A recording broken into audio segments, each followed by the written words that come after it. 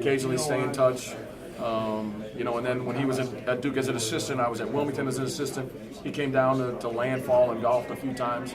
He's always been a great friend and really like a big brother that way. You talked to him before taking this role, is that right? Yeah. You know what? How can I say this?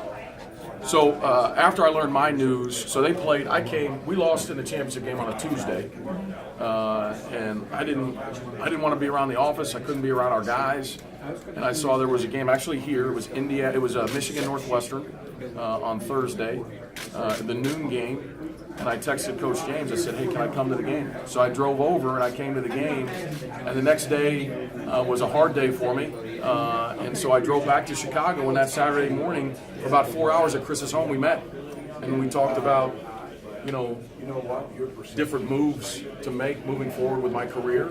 And, when this came open, when Coach Beeline had assistants actually become head coaches in the Horizon League, he was great with Coach helping me get the job, with Coach Beeline. So Chris was really influential that way as well. You were brought here for your defense, and midway through this year, you guys were struggling. You were losing games because of possession here, possession there. Things were disjointed. What flipped? What didn't they get at that stage? I think there's been a lot. The defense has been a really collaborative effort. Coach Beeline's brilliant. Jeff, Sadi, and we all work really hard. I think all year the one thing we were doing really well was, I think we were first in the Big Ten at allowing the fewest three-point attempts. And if you really look at our team, it's not a secret. We're an elite three-point shooting team, and so if you make the other team beat you with twos, then you can outscore them with threes. And so we were eliminating attempts, but people were making them at a ridiculously high rate. And I think our guys started to really understand the urgency in their closeouts, which was a little different, to not only eliminate the shot, but to make the shot really hard. And so now teams are making, I think the last 14 games, teams are only making like 5 a game.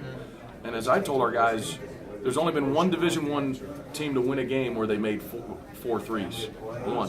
So if you're holding people to 5 or 6 makes, whether they're shooting 40% or not, it's hard to win a Division I game only making 5 or 6 threes right now. So it's a matter of, Beeline yesterday talked about how guys are not thinking in slow motion so much. That they're getting there faster. Yeah, they're getting the spots faster, and you have to, if you're talking ball screen coverage, you have to make 2 reads. You have to read the ball, and you also have to read when your teammate is recovering back.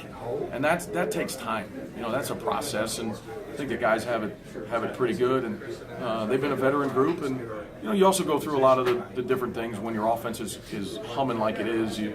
And human nature is maybe to rest a little bit more defensively, and that happens everywhere. And I think Coach has just been brilliant with the adjustments he's made, the things he's done with our guys and our older players and our veteran groups, and the commitment in practice and all those kinds of things. I mean, it's, as I said, I think there's been way too much made about me and our defense, my defense, however you want to put that.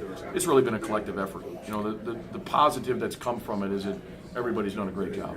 Is there gas left in the tank with these guys? Obviously, it's a huge accomplishment winning the Big Ten tournament. You feel like these guys are just as motivated. This is a big dance. Yeah, I think that when you have Derek and Zach who are seniors, and you have Rock who's a junior, you've got older guys. No question, they wanted to win the Big Ten championship. Mm-hmm. But I think that in their hearts and their soul, there's a greater desire to do a lot more. Where would you say you got your defensive chops? Growing up at Coach James, your dad. I've always said this: when I played for Brian James, we were way ahead of the curve in terms of scouting and preparation as a high school team, like way ahead. And as I look back now as an adult, this is the profession I've chosen. It's not even close. The things we did to other high school teams, Illinois has great high school coaches. Brian James was way ahead. It's no wonder he was in the NBA for 17 years. After I graduated, he went to the NBA with Coach Collins. Phenomenal. And then when I went to college and played for Jerry Wainwright, and Coach Wainwright was a great coach, but Brad Burnell, it's really a lot of it is his defense. And then to be fair, I don't want to sit here and be, I did have 6 years where I had to do it on my own, and so I did. You learn when you have, as the assistant, you make suggestions. And when you're the head coach, you make decisions. And so for 6 years, I had to make decisions. And so you kind of morph together.